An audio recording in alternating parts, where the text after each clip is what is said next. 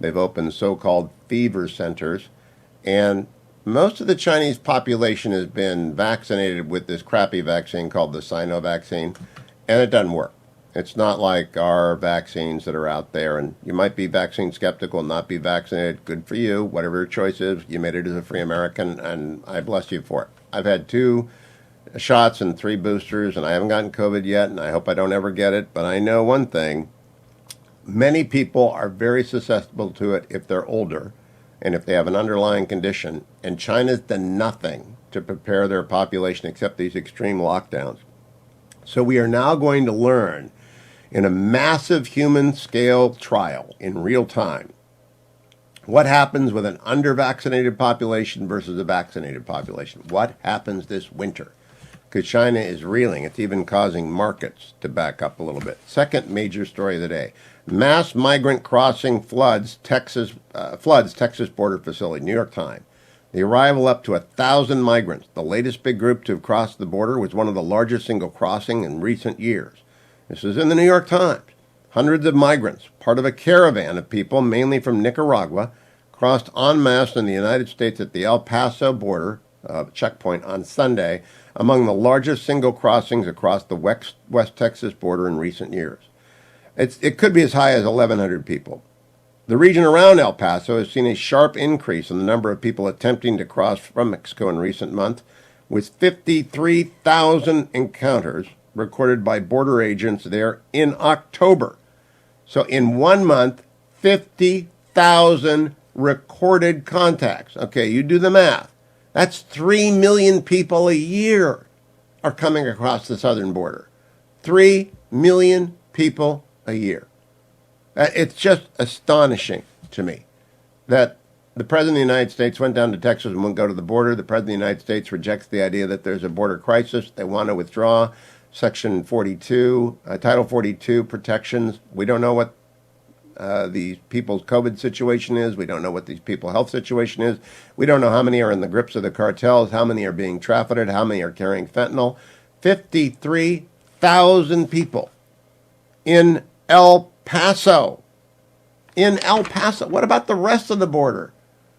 So that's 3 million people. It's an astonishing number. We have absolutely crashed. Do you notice this is coming out? The New York Times is covering this 2 weeks after an election. Does that tell you anything about it? I guess it's been 3 weeks since the election. Does that tell you anything about it? That this isn't a news story, but the New York Times knows they have to cover it, so they cover it today.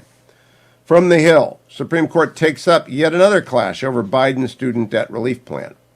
The court yesterday accepted another case. Arguments are going to be heard in February about the constitutionality of Joe Biden's student forgiveness giveaway. It's going to be struck down. Absolutely going to be struck down. Now, I did this show prep yesterday. This story came out yesterday at 5:30. Sam Bankman-Fried's parents were there for FTX's rises and now its fall. Sam Bankman-Fried, who crashed the crypto market and has caused its basic instability. In fact, I'll do a market update here short. Bitcoin is up to 17,400. I haven't gotten Bitcoin yet, but a bunch of the other ones are shaky. Sam Bankman-Fried was set on his way by 2 Stanford law professors who are very good law professors, but law professors don't really know a lot about the world. I've been a law professor since 1996, and I kept my hand in private practice under the arrangement I hit with Chapman, and I only teach 1 semester a year now, but I like being a professor, but I like being in the world more. Most professors are simply not connected to the world. So if they were giving Sam Bankman-Fried advice, even if they're a very good law professor, it doesn't mean he was getting great legal advice. He was arrested yesterday. That happened late last night. I just posted on my Twitter feed a story from Ellis News Items, the last thing I read before going on the air, because it's the latest breaking news and it comes in the earliest. FTX founder Sam Bankman-Fried was arrested in the Bahamas at the behest of U.S. prosecutors on Monday, the day before he was due to testify before Congress about the abrupt failure last month of one of the world's largest cryptocurrency exchanges. The arrest marks a stunning fall from grace for the 30-year-old entrepreneur, widely known by his initials SBF, who made a boom in Bitcoin and other digital assets to become a billionaire many times over until FTX's rapid demise. That's a Reuters story that John Ellis is quoting at the top of Ellis News Items this morning. He's going to face 50, 70, 100 years in jail. SBF is going to jail. I don't know what he was hoping for. Maybe he's hoping to fight extradition in the Bahamas. We have an extradition treaty with the Bahamas. It's not going to stop him being brought to justice, probably in New York City. And I want you to know right now that the extent of his crimes are not widely known. It's going to take a long time to figure out, but he's been arrested. No congressional testimony for him today. Maxine Waters is not going to get her last moment in the sun as chairwoman of the Finance Committee in the House. That's going to be Patrick McHenry of North Carolina. And Patrick McHenry will, if he ever talks, he's not going to talk to Sam Bankman-Fried. Now he's facing criminal charges. It was stupid for him to be doing these interviews anyway, just absolutely stupid, and his criminal defense lawyers must be. But he probably thought he could BS his way through all this when he can't. Speaking of what are the markets doing, as I said, Bitcoin's at 17,400. It's stabilized. Yesterday, the Dow was up 528, the S&P was up 56, and the NASDAQ was up 139. This market report is always brought to you by Birch Gold. Head over to hughgold.com. That's hughgold.com. And if you're going to buy gold at the end of the year, and a lot of people do, is gifts for their grandchildren, gifts for their children. You give them an American Eagle. You give them a Canadian Maple Leaf. You give them a South Africa Krugerrand. They can't spend it. They have to save it. Hopefully they won't lose it. Buy your gold from Birch Gold, which is what I do. You just go to hughgold.com or text 989898. With the word Hugh, H-U-G-H. Text Hugh to 989898. Birch Gold will send you all the information you need to open up your brand new Birch Gold IRA, 401k, SEP IRA, or to buy gold. They're the best in the business. Thousands of 5-star reviews. You can trust them. You can't trust SBF. That was a bad idea. Back to the rundown. A fast-growing network of conservative groups is fueling a surge in book bans. This is not news. This is fake news. As the former president used to say, fake news. New York Times, fast-growing network of conservative groups fueling a surge in book bans. In fact, they do quote one person. This is not about banning books. It's about protecting our children, says Keith Flaw, one of the founders of Florida Citizens Alliance, a conservative group focused on education, and letting parents decide when the child gets and what the child gets rather than having government schools indoctrinate our kids. That's exactly right. That comes at 1, 2, 3, 4, 5. That's the 6th paragraph. In reality, this is a school story. Parents are rising up and saying, do not take away our children's innocence with sexually explicit books and sex education in the primary grades. And it's very easy to understand. It's not a book ban. It's get those books out of K through 6 schools. That's pretty easy. Big story in the Washington Post. They call him the Eagle, how the U.S. lost a key ally in Mexico as fentanyl took off.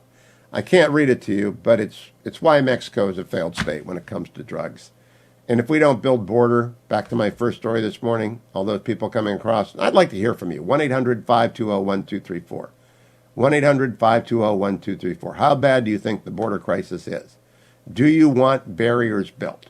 1-800-520-1234. I'm going to talk with a senator later today. Let me, in fact, cite this senator calls. What do you think about the border crisis? 1-800-520-1234. 2 decades after the 9/11 inquiry, Congress weighs a similar plan for COVID. Should we have a bipartisan committee like the 9/11 Commission, which was very good, not political, got to the bottom of stuff, made up by appointees? I think we should. I'd like to volunteer to serve on it. The News Corp has named a new editor of the Wall Street Journal, Emma Tucker, very successful in Great Britain. She's coming here. Bridgewater's Ray Dalio invests in submarines for the ultra-rich. I wish he would invest in Angel Tree. That's the Ministry of Prison Fellowship, which I support every year. Don't build submarines. Please go to hughhewitt.com and donate to Angel Tree, Ray. You've got billions. There are 1.5 million children with mom or dad in jail. Send us $25 million. We'll take care of them all, Ray. You won't get submarines, but there will be a room for you in heaven that will be glorious indeed. Finally, 6 Indian soldiers severely injured in border skirmish with the Chinese troops. Why do we need the Select Committee on China that Kevin McCarthy is setting up? There's going to be a war with China somewhere, and we've got to prepare for it. Border talk. After this, stay tuned, America. I'm Hugh Hewitt.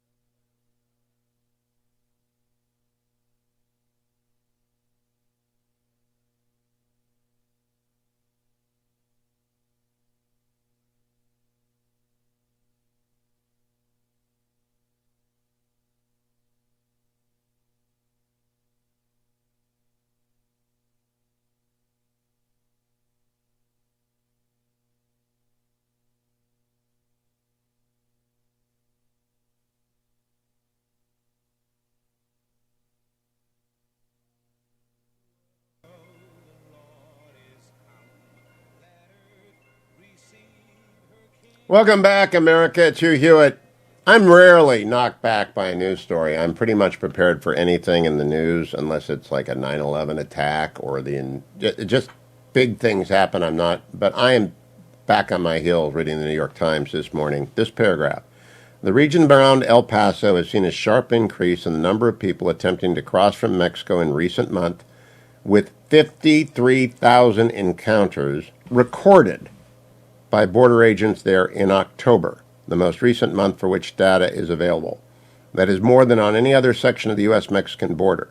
Federal agents have recorded a record number of encounters along the entire southern border, nearly 2.4 million in a year-long period. Now, that year-long period ended in October. This is October's number, 53,000 people it ended in September. This is the first month of the new fiscal year. 53,000 people in one part of the border. That's 3 million a year if you extrapolate it out, on top of the 2.4 million that came in. What are we doing? I'm going to start in the south and move north. Sean in Florida, what do you think? Hi, thank you for having me. What we're doing is absolute insanity. We need to secure our border. I have a very unique perspective on this because I lived in Central America for 25 years. My wife is an immigrant. We had to wait 3 years and spend a lot of money to get her here. And what's very important, since I have perspective and I know a lot of people from down there, they're all coming. 53,000 is going to be a drop in the bucket. That's in one city. That's in one city. It's not 53,000 on the border. It's in one city. In one city, and that is going to increase more than anyone can understand. I talk to people that are coming, cousins, friends. They are all coming because they think that they can come and it's going to be fine. Yeah, it's the messaging. It's going to happen. Trump messaged a border wall. We will not let you come in. You will be miserable if you stay there. But when the border is open, he said, come on in. It's like the land rush. I've been reading the history of the English-speaking people. Talks about the colonization of Australia, New Zealand, America. And when you're giving away entry passes, immigrants come. And this number is so high. Thank you, Sean. Let me stay in Florida. Richard, which part of Florida, Richard? The St. Petersburg area. Great to talk to you. What do you think? Well, I'm a retired federal agent. I did do some border issues, not a huge amount, but I was associated with the border for a short time period. Were you Bureau? FBI? I'm sorry? Which agency? I worked for DHS Internal Affairs as a retiree. They brought us out of retirement to help with the border issues back in 2008 to 2010. Okay. They were trying to get it under control, and they were doing a good job. But the bottom line is, here's the deal. Walls work. Any sort of barrier from a law enforcement perspective helps. And when you're talking about a wall, you're going to decrease illegal immigration by probably 97 to 98%. At least you're going to funnel the people coming through to areas where they have to be processed. That's just common sense. Yeah, so the wall is the outward expression of an inward resolve to protect the border, and the word travels, border's closed. And when you don't build the wall, right, the word travels, come on in. Right, exactly. And the bottom line is, from a law enforcement perspective, walls work. They're barriers. It's common sense. But here's what I'm seeing out here when I talk to people about this issue. They don't know. They're not hearing what's going on. Now, we are, because we listen to certain networks or whatever the case may be, and they cover it quite all the time. But the problem is that if you're not listening or reading that type of material, mainstream media, from my perspective, is not covering this issue. So that's what makes me so angry. And from my perspective, and you're in the business, Hugh, why aren't they, and how do we hold the mainstream media accountable for not covering these issues? I don't know. I subscribe to the New York Times, so I'm subsidizing this kind of coverage. And it appears buried in the 6th paragraph on a month after the election, they're telling us that 53,000 people crossed in October. I'm just astonished. What do we do to the media? I don't know. You just got to keep watching Fox. You got to keep listening to the Hugh Hewitt Show. Have you signed up for the Universe yet, Richard? I have not. All right. There you go. You got to go patronize the alternative sites. Go to the Salem Podcast Network, go to iTunes, and get the Hugh Hewitt Highly Concentrated. Get the Grand Old Pot. You've got to subsidize alternative networks. You've got to subscribe to alternative networks. You've got to watch Fox. because the media is not on our side. They don't understand it. They really don't get it. I'll be right back. More of your phone calls coming up. 53,000 people crossed the border in El Paso in October. Front page New York Times today. 53,000, one city. Stay tuned.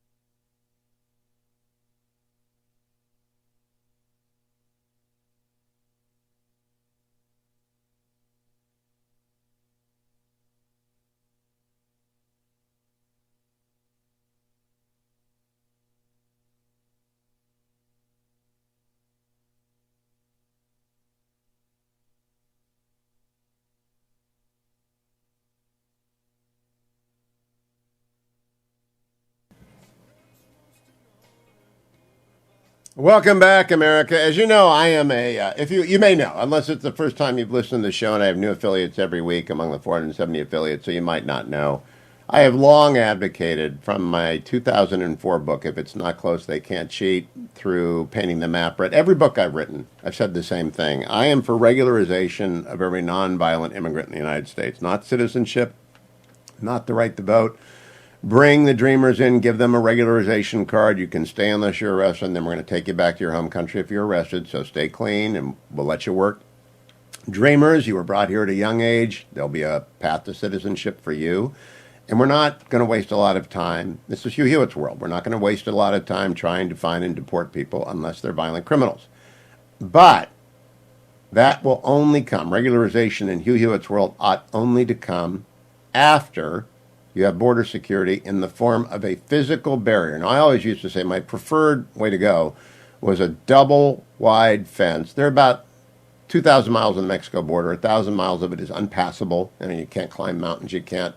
They're just big deserts or places that nobody goes. There's about 1,000 miles that present degrees of difficulty. It's very easy to cross in San Diego. Not surprisingly, we have the most security there. It's pretty easy to cross in El Paso.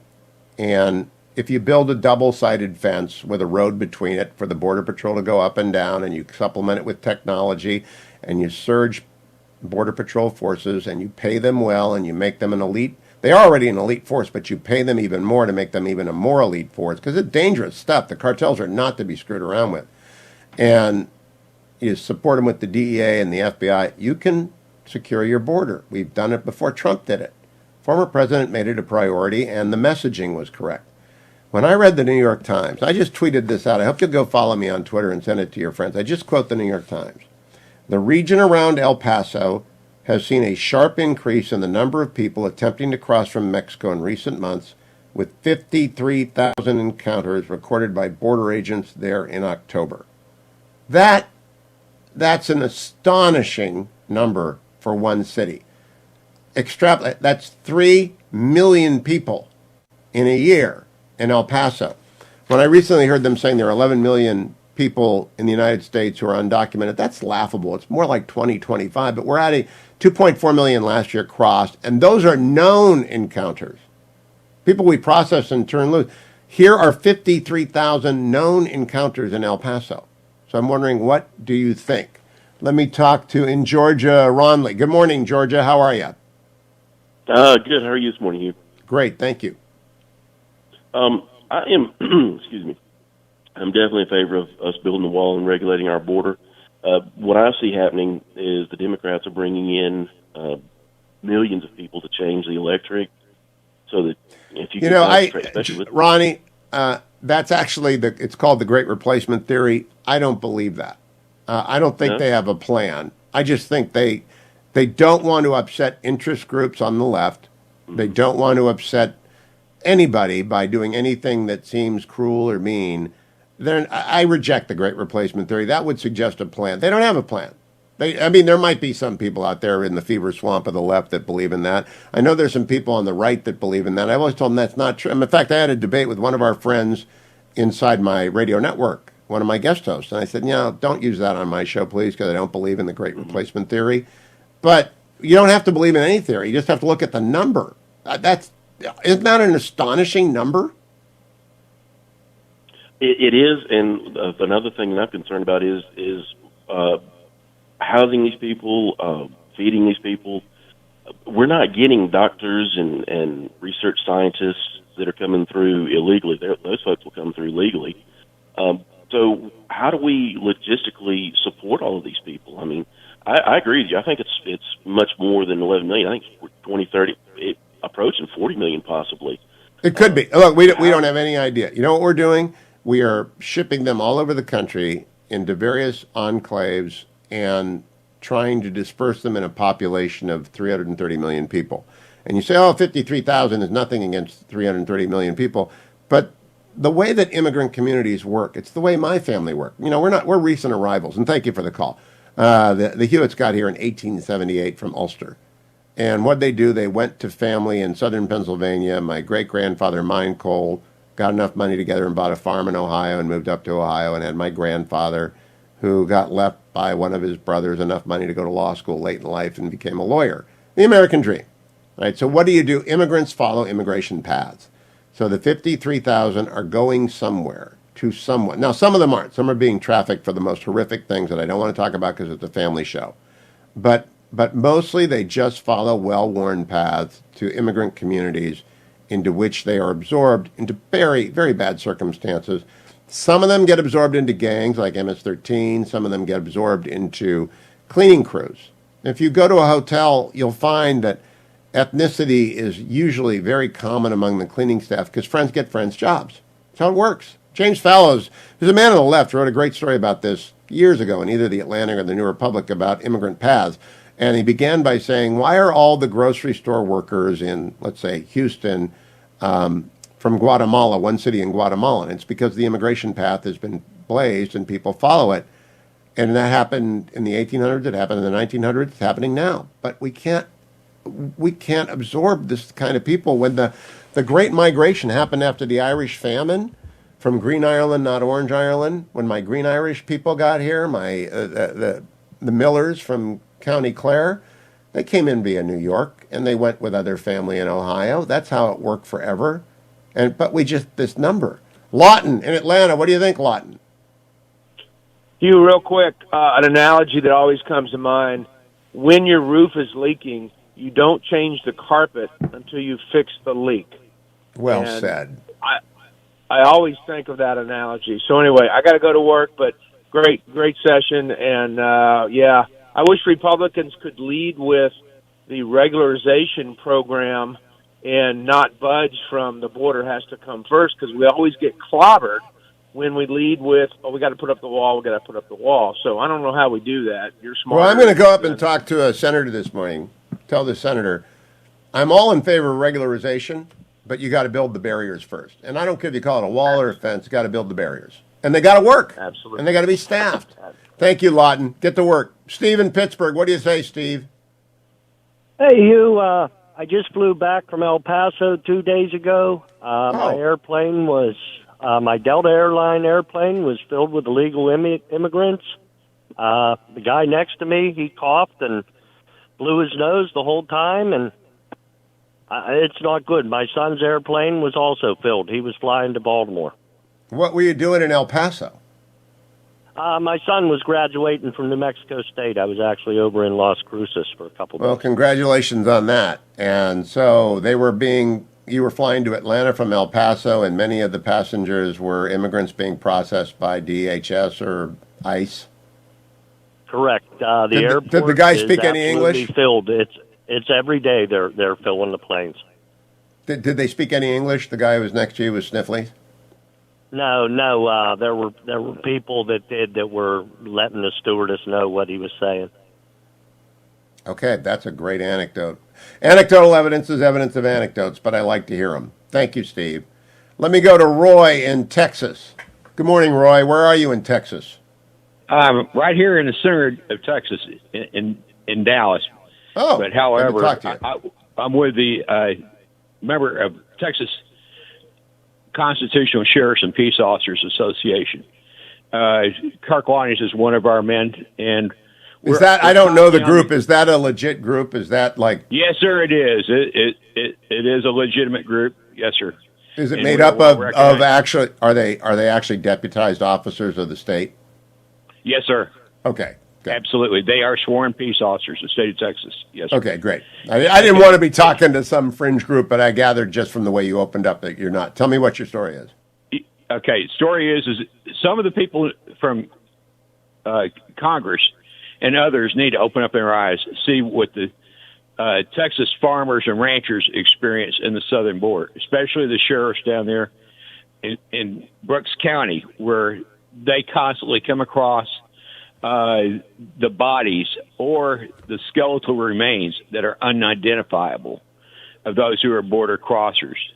Further, the rate of crime that these individuals bring into our country, especially in the state of Texas, and if they commit a capital felony in the state of Texas, where they go, they run. They head right back across the border. And what are the problems we experience? The problems we experience are we have to go through Mexico.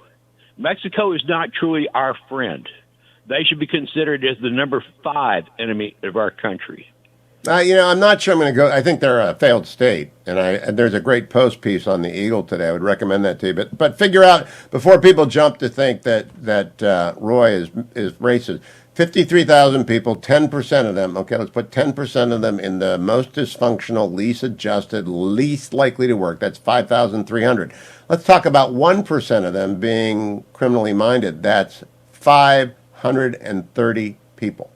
And let's take about 1/10 of 1% being violent. That's 53 violent people who came in October to El Paso.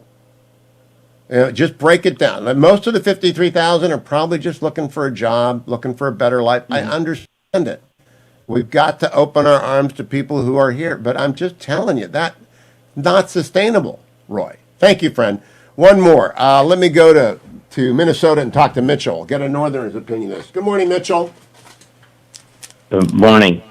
So to go from Managua, Nicaragua to El Paso, it's almost 1,800, 2,000 miles. You have to cross El Salvador, Belize, Guatemala before you even get to Mexico. And then you get southern Mexico. And then you get over to El Paso. And Tony, the cartels are doing it. The cartels are doing it. The cartels organize the water and the food. The cartels charge a lot of money per person. And the idea is, if you give us $20,000 or $5,000 or $50,000, we will get you into America, and then they'll drop you off in the desert and you might die. But it's run by a tourism group known as the cartel. That's how it happens. Thank you, Tony. Let me remind all of you, Angel Tree is at the top of HughHewitt.com. Give a listen to this prisoner, now out, talking about Angel Tree. I was incarcerated for about 7 years, and Angel Tree played a significant role as a young father in that context. Was a powerful thing. It actually brought my children hope that their dad was thinking about them, and they were an extension of my hand to them, and God got glory out of it.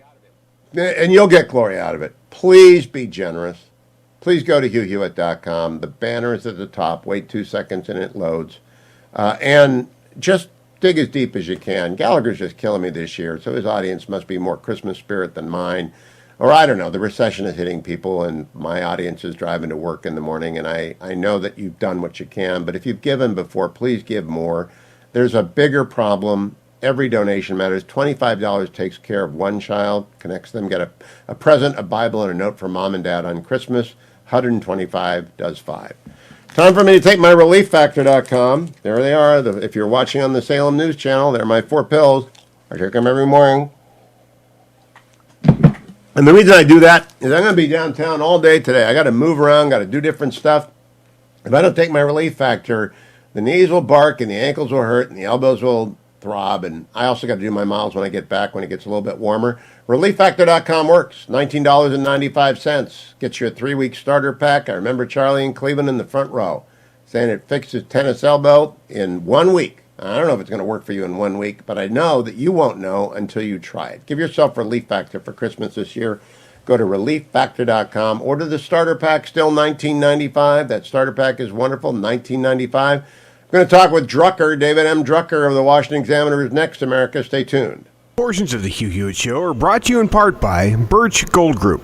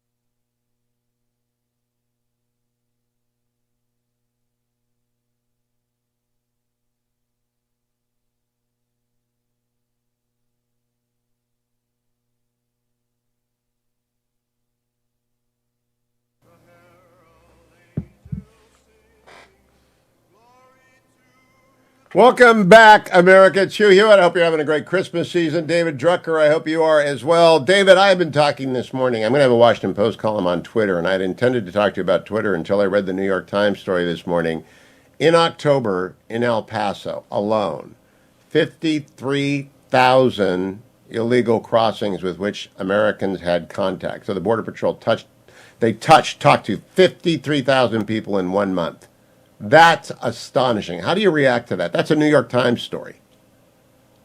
Well, listen, here we know that illegal immigration has been a problem throughout this administration, and they haven't gotten their arms around it because they haven't been willing to take the steps necessary to do so. And there's a lot of there are many differences of opinions within the Democratic Party that make it difficult for them to take the steps required on security measures. And there are huge differences of opinion among both parties in Washington that seem to always get in the way of legislation that will be lasting, that can deal with this issue. And so it's simply not surprising. I suppose the one sort of surprising thing might be that the high numbers of illegal border crossings tend to happen in the summer months.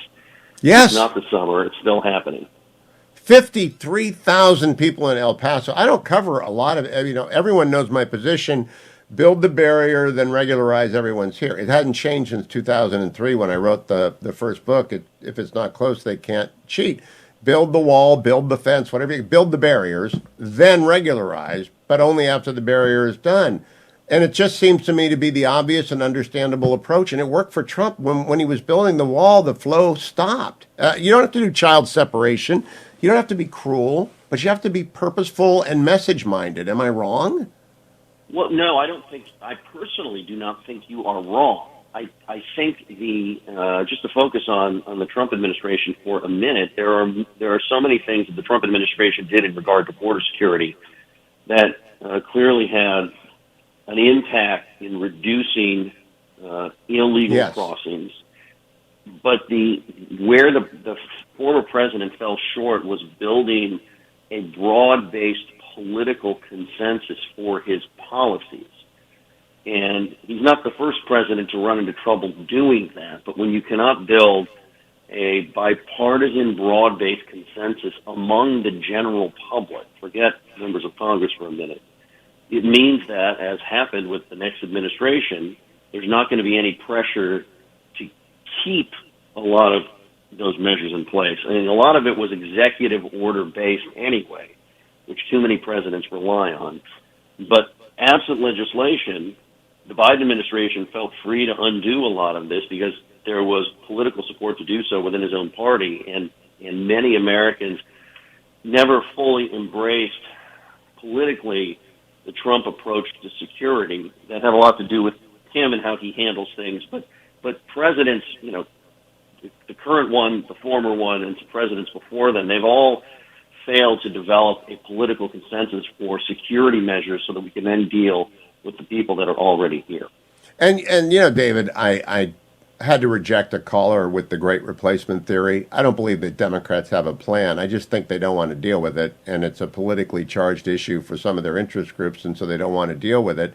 But as a result, 53,000 people. It's as though we've got a sign up in Guatemala and Nicaragua, come to America, you'll be allowed in. I mean, it's such an astonishingly high number, and Trump had solved this. Not completely, but the numbers were manageable, and we could handle it. But that's not manageable. 53,000 people. Can you imagine any other city in America? Martha's Vineyard collapsed when Ron DeSantis sent them 50, right?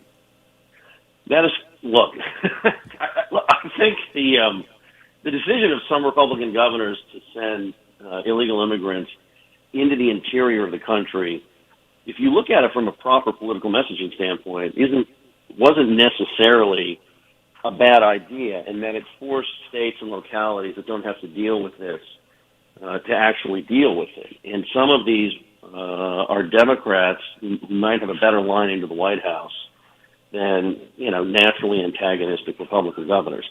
I think the way you solve this, number one, is to not talk about it in a polarizing manner, because that, as you know, the wall had never been a political issue until it became Trump until it became Trump's wall.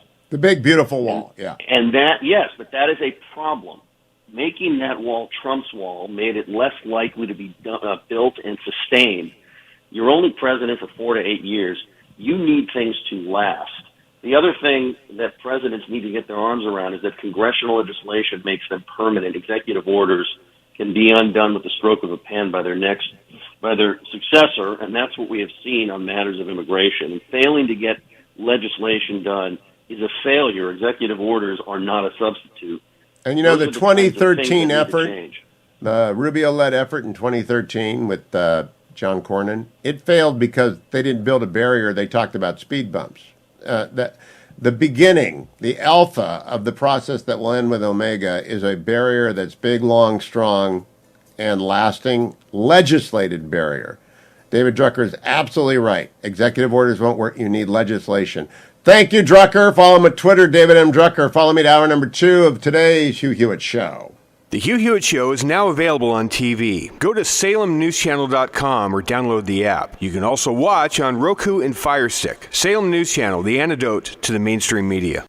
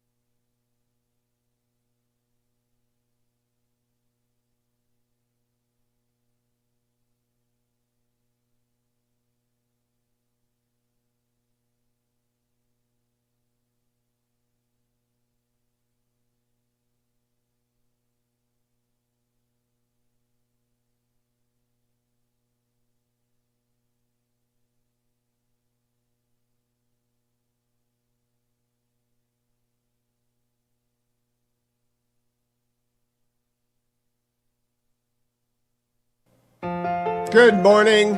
I'm Hugh Hewitt, live inside the Beltway. 53,000 people crossed the border in one city, El Paso, according to the New York Times.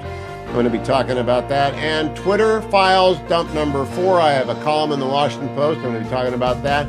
There's lots ahead on today's Hugh Hewitt Show. Don't go anywhere. Stay right where you are on the Salem News Channel.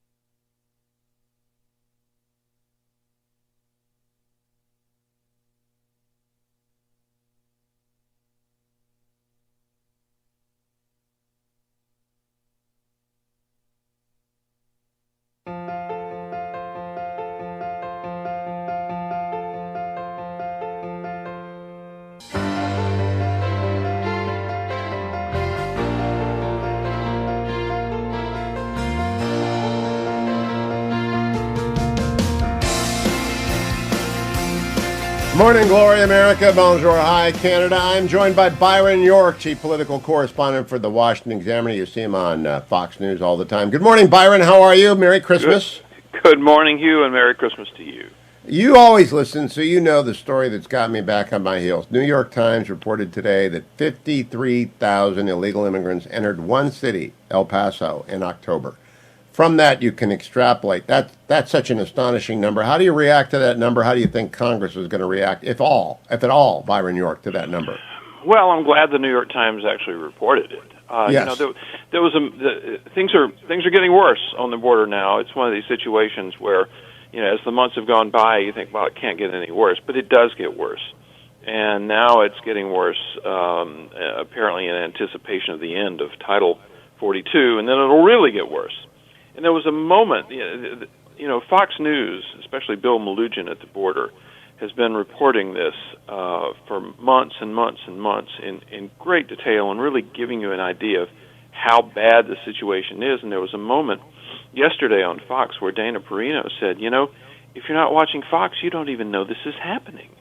And so it's good to see the New York Times actually noticed that. Now, to get to your question, there's a lot of things for a new Republican majority in the House to investigate. They do need to investigate the departure from Afghanistan. They do need to investigate the failure to keep fentanyl out of the country. They need to investigate Hunter Biden's business dealings with his father.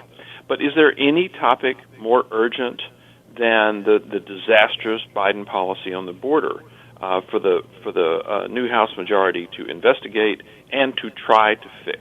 I don't think so. I think there's one, which is Chinese espionage in the United States and the threat of Chinese militarization. I think they can get us into a war because China's going to have this massive COVID crisis. Well, they have they're actually forming a new investigative committee on the subject of China exclusively. Yeah, I would love to know who the Democrat. I know Congressman Mike Gallagher will be the chair. I don't know who the other members will be. They haven't been named yet. But Chairman Gallagher, the Gallagher Committee will matter a lot. So I think that's probably the most important oversight. Look at what are the Chinese Communist Party and dictator Xi doing? I talk about the quartet of tyrants, Byron. That's Xi and Putin. It's Khamenei and Kim Jong-il. The quartet of tyrants, though, has a first among equals, and it's Xi. So that to me is. But the second is this: 53,000 people works out to what? 600,000 people in El Paso alone next year. Yeah. And I'm writing about this today, actually. You may have already talked about this. Not recently, the Heritage Foundation did a study where what they did was they used geofencing, publicly available information, to look at what cell phones, without names, what cell phones were in certain locations along the border. And they picked a number of NGO offices. And then they traced where those cell phones went. Did they stay in that area? Were they people who lived there and just stayed there? No.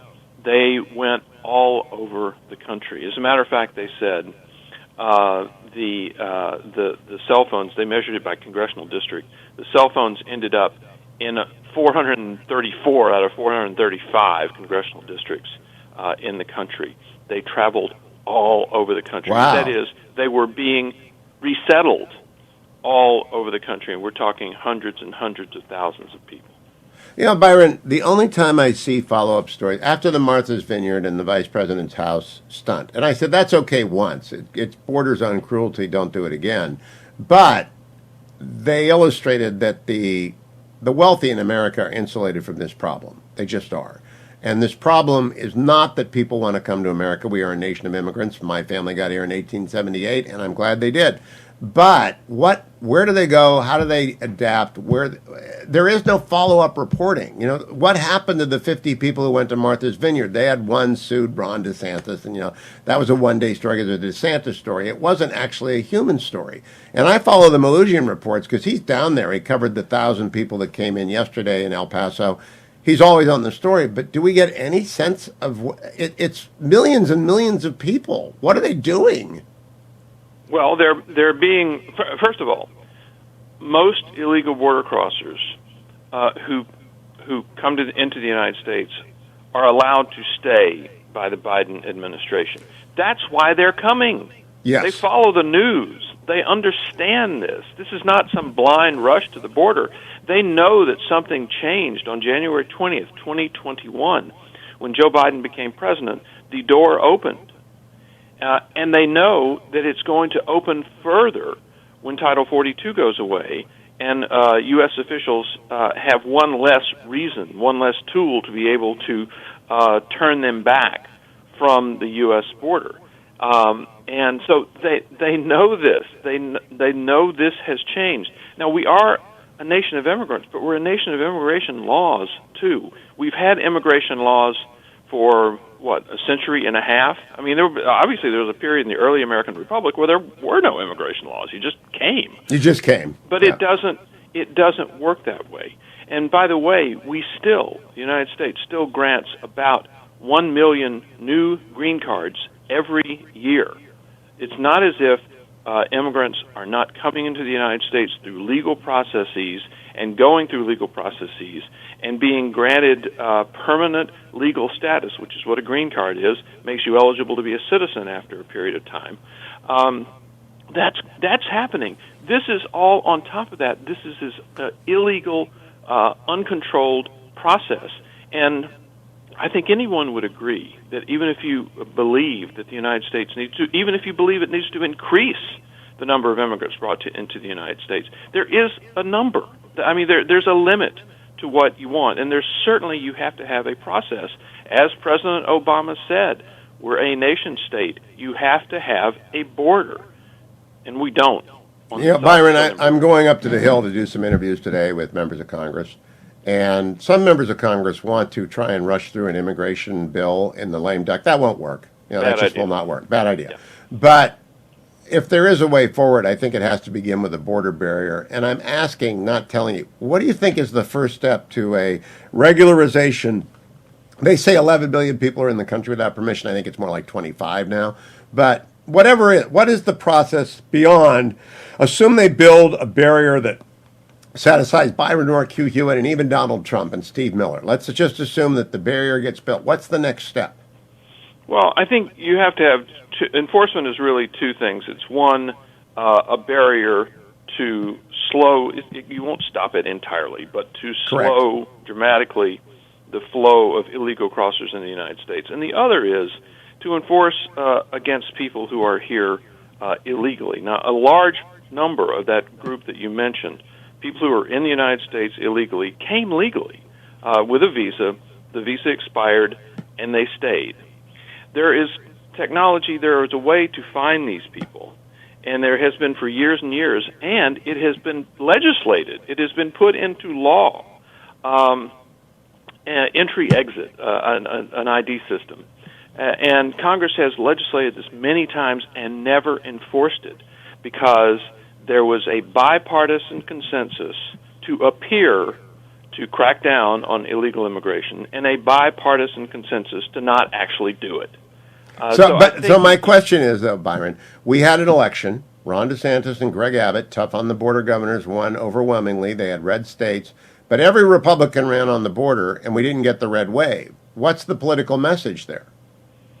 Well, it's not the most important issue to a lot of voters. I mean, there's absolutely no doubt about it. First of all, at this election, the economy still was a hugely important issue, but we saw abortion was a bigger issue with some voters than a lot of election analysts predicted, a lot bigger than I thought it was going to be. Bigger than I thought, yep. And the question of, quote, democracy was a bigger issue with Democratic voters than I thought. Democracy being a stand-in for Trump.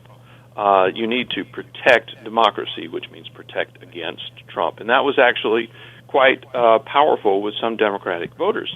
And especially since, this is how we started the conversation, in a lot of the news media, you don't even see what's going on in the border. You don't see these dystopian pictures that Bill Melugin was tweeting yesterday and that Fox News was playing of his yesterday. They don't even see that. So it's not the most important issue to a lot of Americans. And Byron, I do think we do have a gift here. When the New York Times publishes a statistic, it's truth for the left, 53,000 people in October alone in El Paso. Last 20 seconds to you. Do you think that's the kind of statistic that sticks? Well, we've seen times, you mentioned the whole Martha's Vineyard scene. We've seen times when this has become an issue, when the mayors of Washington, D.C. and New York City get upset about this, and then it just disappears from the news again. We'll see if that happens one more time. Byron York on Twitter. We'll watch him on Fox News, and we'll read his newsletter every day. Thank you, Byron. Coming right back to your phone calls at 1-800-520-1234. There's 53,000 people in one city. Stick in your mind. Stay tuned to the Salem News Channel or to this radio station, The Hugh Hewitt Show.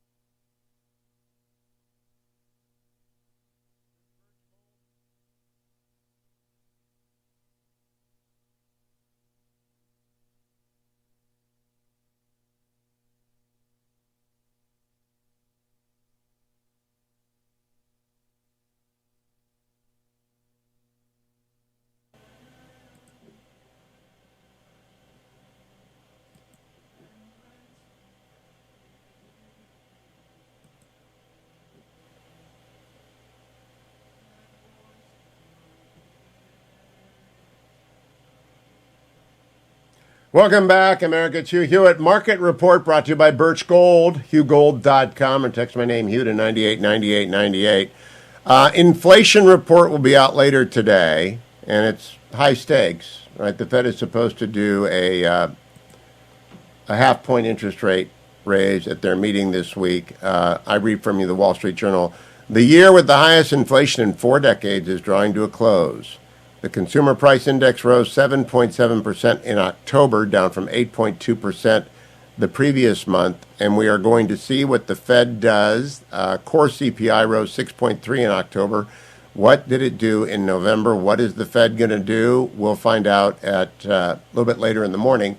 Yesterday, markets were feeling pretty good about this. The Dow was up 528 points, which is 1.5%. S&P up 56 points. The NASDAQ up 139 points. Gold this morning is down a little tiny bit to 1793. It's waiting for the inflation report like everyone else. If you're buying gold as a year-end Christmas present, you want to give something to your grandkids or your children that they can't just spend, or a gift card, give them a Krugerrand, give them an American Eagle, give them an ounce of gold, a Canadian maple leaf, and tell them to put it in their safety deposit box against the day when they're in real trouble. Or help them open an IRA, a 401k, or a SEP IRA, or a Roth IRA with Birch Gold's assistance. If you go to hughgold.com or you text my name, Hugh, to 989898, Birch Gold sends you the free information kit. End of the year time. You can still open an IRA for 2022. Right? You can do that until April, in fact. But you can get it done in December, and you can get the information kit and put solid physical precious metals into it. Third-party administrator has to be independent, has to be approved, has to be legit, and that's Birch Gold. Thousands of 5-star reviews. You can trust them. Go to Birch Gold via hughgold.com, hughgold.com. While I'm thinking about it, Angel Tree really needs your help. Listen to this inmate talk about what it meant to them. I was incarcerated for about 7 years, and Angel Tree played a significant role as a young father in that context. Was a powerful thing. It actually brought my children hope that their dad was thinking about them, and they were an extension of my hand to them, and God got glory out of it. God got glory out of it. So did the kids. They got the glory of Christmas, which may touch their lives forever. When you contribute to Angel Tree, you're impacting the prisoner, the parent at home, and the child. You're also impacting the community. Every child at Angel Tree gets a present or two. Every child gets a Bible. Every child gets a note or a call and a note from their imprisoned parent on or before Christmas. And it makes the world of difference. I played you lots of audio this Christmas season of children whose eyes are lit up, their voices are alive with hope and faith, because you made it possible. Thank you. $25 a child, $25,000 if you want to take care of 1,000 kids, right? $25,000 will make 1,000 children happy. $25 is fine. $2,500 is fine. $100 is, whatever it is. Do it in increments of 25 so it's easy to figure out the child count. And to get another child onto the rolls, they can take another. But if you can only do 25, thank you. Thank you. From Hugh Hewitt, from Jacob, from Adam, from Dwayne, thank you. The banner is at the top of hughhewitt.com. It has to load, and then you go there and you'll hear it. I want to play for you the start of an exchange Clarence Thomas had yesterday at the Supreme Court, because I just love the way he gets a laugh. He's talking, I thought he was talking to Ted Cruz. I'm not sure. Give a listen to this. Thank you, counsel. Justice Thomas, anything further?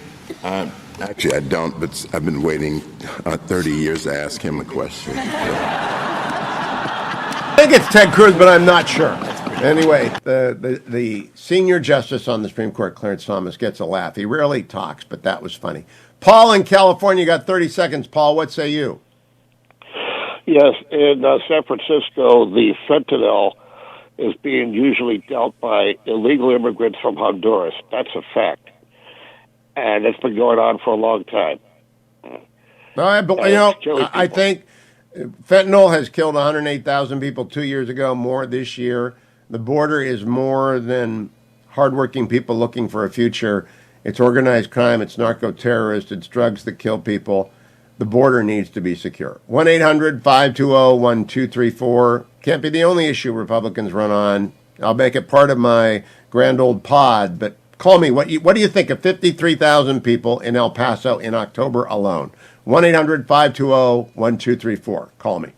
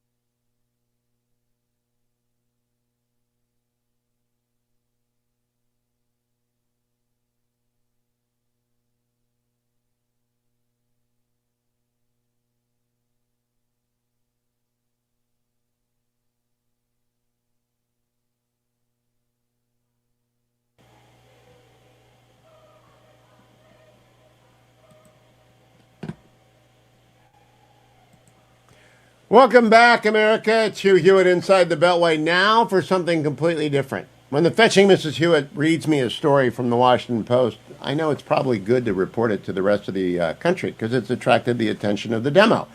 And she read to me a story about an author who'd had a big book signing and no one came.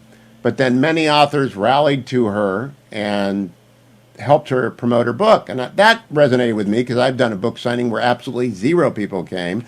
In fact, the staff felt so bad for me, they lined up and pretended to be customers.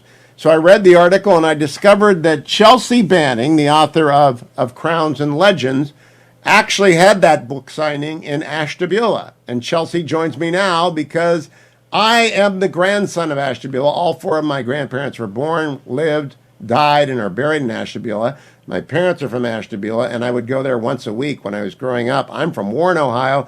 So I reached out to Chelsea and found out her mom went to my high school. So I said, I got to talk to Chelsea Bannon. Good morning, Chelsea. Good morning. How are you?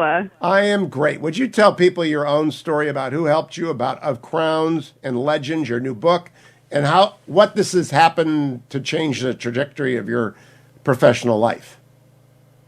Yeah, so I started writing Of Crowns and Legends in high school, and I put it down, after college, and then it debuted this past August, and I saw that a local bookstore in Ashtabula was doing author signings. My husband's from Ashtabula, so I was familiar with the store, and I reached out and said, hey, can I do one too? I think that would be pretty cool, especially because a lot of my friends who are scattered across Northeast Ohio, we've been having trouble meeting up so I could sign their copies. And so I thought that would be a cool spot. And then I guess it was just a perfect storm of the weather and people getting sick. And it just kind of, nobody really, two people came, which was very nice. And he had a couple walk-ins, but it was, we were expecting a small crowd. So it was a little disheartening to kind of. Oh, I know that feeling. Been there, done that. Nobody came to this little town in Texas where I didn't have my radio show. Nobody came, and they felt so bad they were pretending to be. They'd see a new employee would come in, and I could see them pretend to be a customer and then go in the back. And it was just funny. What was the reaction when you put the story on Twitter? Oh, gosh. I guess it was just, I tweeted at the perfect time and just a stroke of luck. It started off with a bunch of authors that I follow commenting, and I guess some bigger name authors just started rolling in. I actually didn't see it until Sunday night because I posted it in the morning, and I didn't have Twitter on my phone, so I had no idea until Sunday night when I decided to check it. And I think the first big name I saw was Jodi Picoult, and then I saw Robin Hobb and Rebecca Makkai, and then they just started rolling in, and it just kept getting bigger and bigger until Neil Gaiman and Stephen King and Margaret Atwood and Min Jin Lee, and one of my favorites was Ming-Na Wen from TV and movies.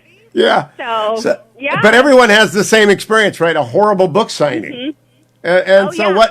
What has happened to Of Crowns and Legends? Have you sold a lot of Crowns and Legends as a result? I have. It's hit number one in my genre on Amazon. I just checked bookshop.org, and it's on the bestseller list for the week on that website. It's been so crazy. I've got a bestseller on Barnes & Noble for the ebook. It just skyrocketed, and it's hard to believe still. It still feels like I'm dreaming. Tell people what Of Crowns and Legends is about and who the intended audience is. Let's sell some books. Of Crowns and Legends. Frank Luntz says if you do a radio or television interview, you have to say the title of the book 7 times, or the listener or the viewer won't remember it. So Of Crowns and Legends. Of Crowns and Legends. Of Crowns and Legends. What's it about, Chelsea? So Of Crowns and Legends is what's called a new adult fantasy series. It's about it's that age group that's in between young adult and adult. So it's about 20-year-old twins who are living in the shadow of their late father, who happens to be King Arthur. And it's about their personal struggles of trying to be their own person without being attached to King Arthur, and there's an impending war. So you have old characters, familiar characters like Gawain and Percival and Merlin, and then you have new characters that I have created, and It's what I call a reimagining of the King Arthur myth about what happens after Camelot. Not long after ago, King Arthur Chelsea, I died. actually listened to White's The Once and Future King, which is a marvelous, marvelous book. And so I'm actually interested in this. I love books like this. I am curious, though, about your Ohio roots. Your mom went to Kennedy. What was her last name? Descenzo. Okay, I don't know her, but I didn't know her family. And where do you live now? Are you in Warren? Are you in Youngstown? Are you in Ashtabula? Where are you in? Just an unincorporated area? I'm still in Warren. I grew up in Howland. Oh no, you're a Howland Tiger. I know. I tease my parents because my dad was a Howland football player and my mom was a JFK cheerleader. So I'm always like, well, I guess true love must exist if those two rival schools. Yeah, for the rest of the country, the Howland is really a terrible place, and they have horrible football. But all of my best friends went to Howland or Kennedy, so I think this is so astonishing that my wife saw this story in the Washington Post. Chelsea, what are you, a teacher? Is that what you started to say? I'm a librarian. For which at Howland? No, at Girard, actually. Oh, I know Girard. Yeah, they were in the Mahoning Valley League with the. So you go out there, and has the Tribune covered this yet, or the Vindicator? They have, yeah. The Tribune and Vindicator merged a few years ago, and they were one of the first people to reach out. So has Stan Boney from WKBN. So that is terrific. You know, I just think this is the greatest small world story. Are you going to write another book, Chelsea? I am, because of Crowns and Legends is the first of 3. So I'm working on book 2 right now. Has any publisher contacted you yet, realizing, we have a story here that we can sell? I've had quite a few foreign presses reach out for translations as well as agents, so who knows what happens. Well, if you want agent advice, write me off air. But Chelsea, I'm so happy for you. What a Christmas story, huh?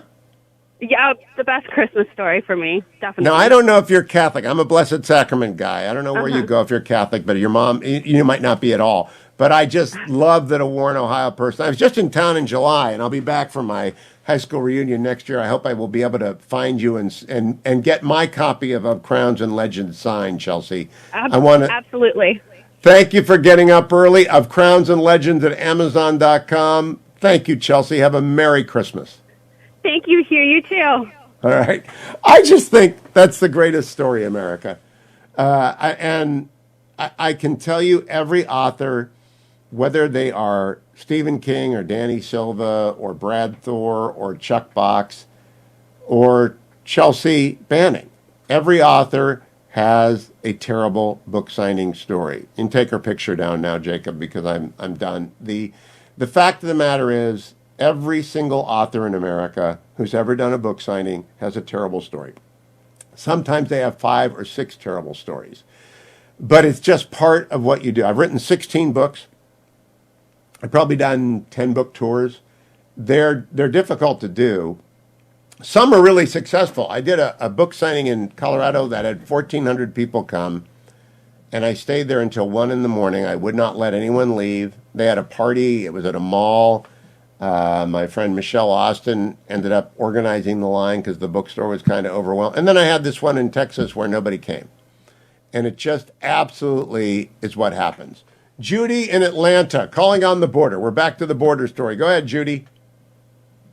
I've been living in Atlanta almost 50 years, and since 1985, the border has been my number one issue, but nobody else seems to be too interested in it. But I want to tell you a couple of things that have happened over the last 40 years. First of all, in the early 90s, we had children from 237 countries in DeKalb County, and we had to educate all of them in their own language. Are you a teacher? No, I'm not. I was on the county commission at the time. Okay. And we were required to teach all the children in their own language. This was very expensive from a property tax standpoint. Yeah. The second thing I wanted to point out, because perhaps people don't know this, I don't know, Atlanta is sort of a hub where people come when they're illegal. The second thing, though, was in the late 90s, we had a member of the state legislature. His name was Sam Zamarripa. And Sam addressed the Regional Leadership Institute one day. We were on a trip of our international community. It was a bus trip for members of the Institute. And Sam got up and said, when there was a question asked of him about Hispanics and blacks and whether or not their issues were opposed to each other. And he got up and said, no. He said, but we, talking about people from Mexico and from Latin America, we lost the Mexican-American War to you. We lost Arizona and New Mexico to you Americans. And he says, we are not going to invade with tanks and guns. We are going to invade. And that was well, Judy, that's not really who's coming across the border, though. These people aren't invading to get back property that was they're from Guatemala and Nicaragua to begin with. They didn't lose the Mexican-American War.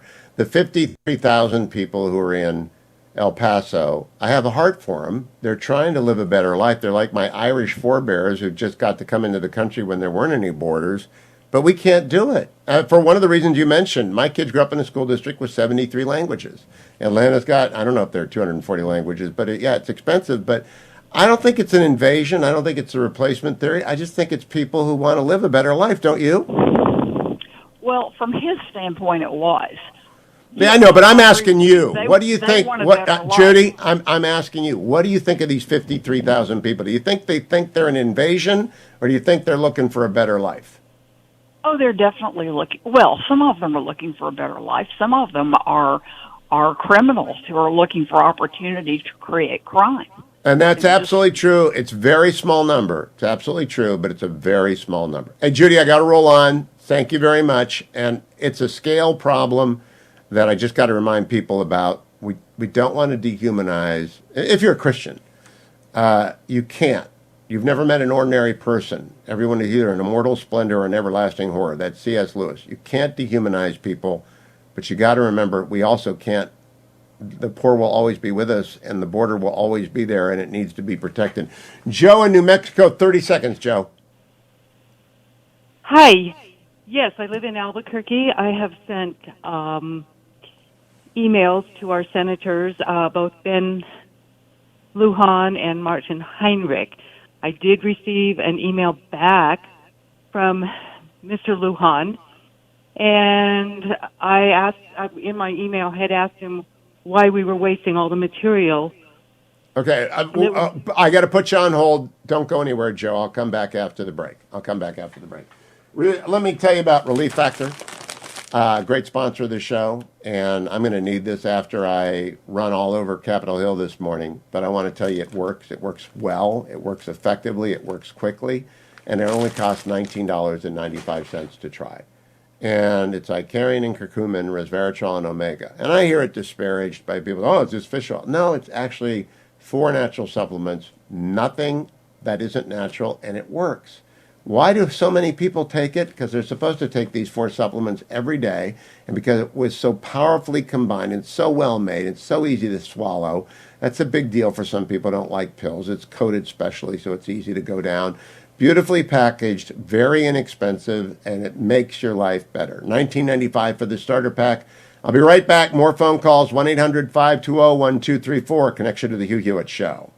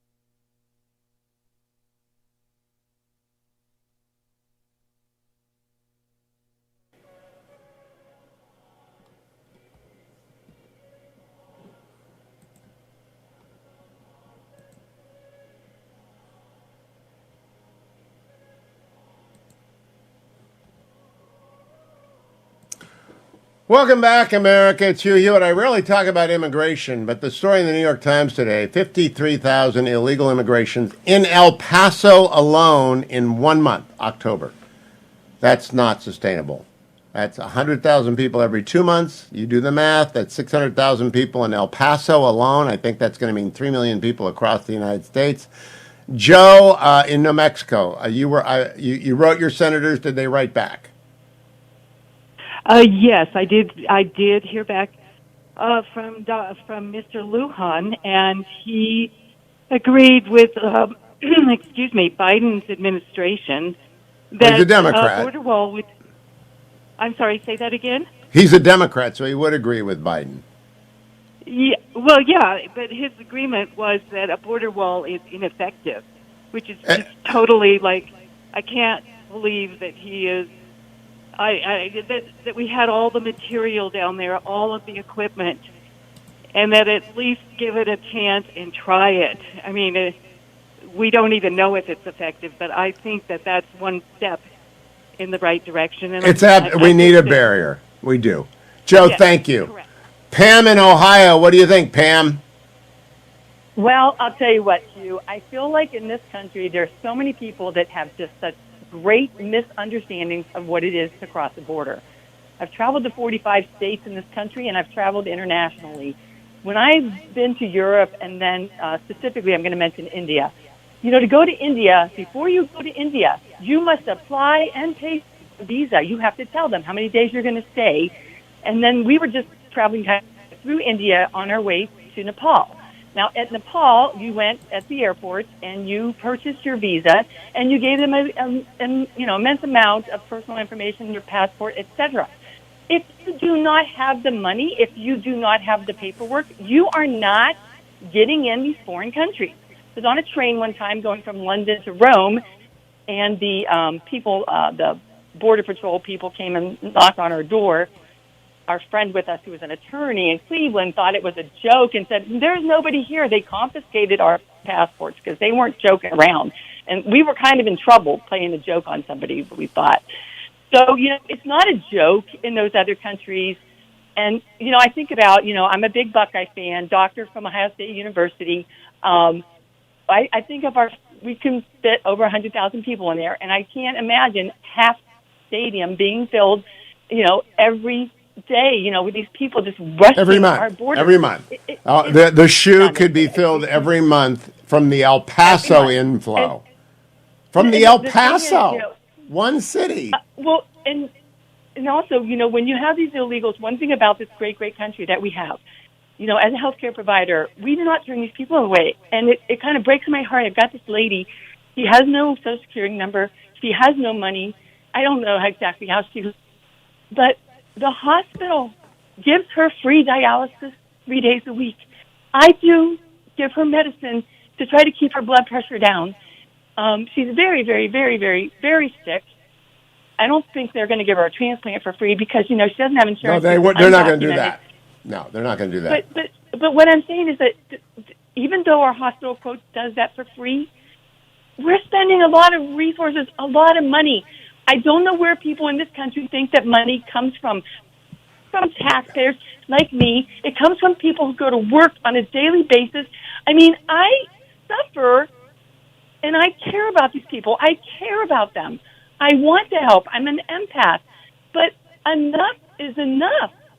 We can't, just like when you're checking account or you maxed out your credit card, pretty soon you can't get another credit card.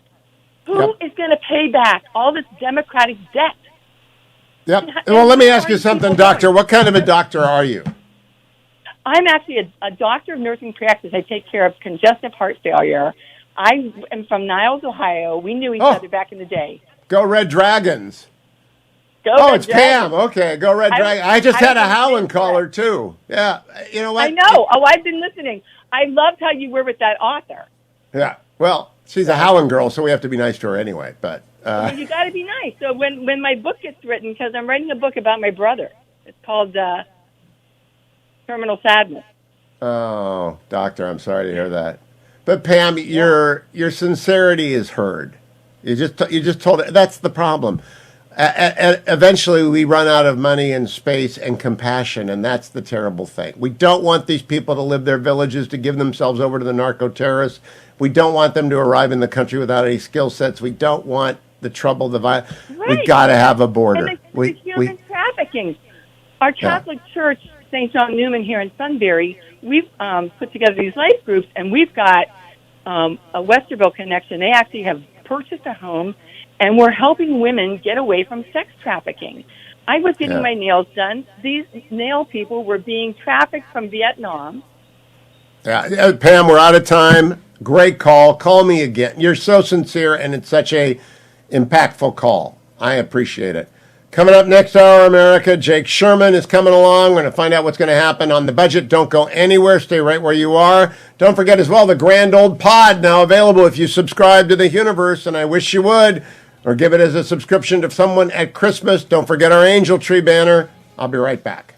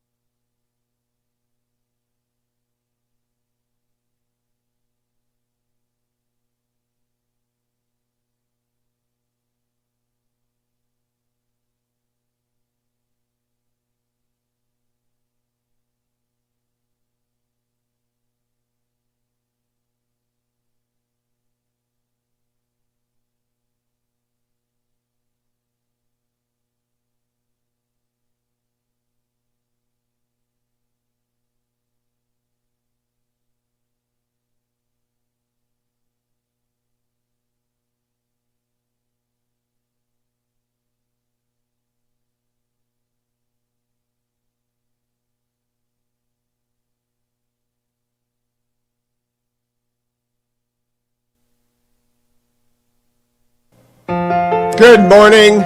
I'm Hugh Hewitt, live inside the Beltway. 53,000 people crossed the border in one city, El Paso, according to the New York Times. I'm going to be talking about that. And Twitter files dump number 4. I have a column in the Washington Post. I'm going to be talking about that.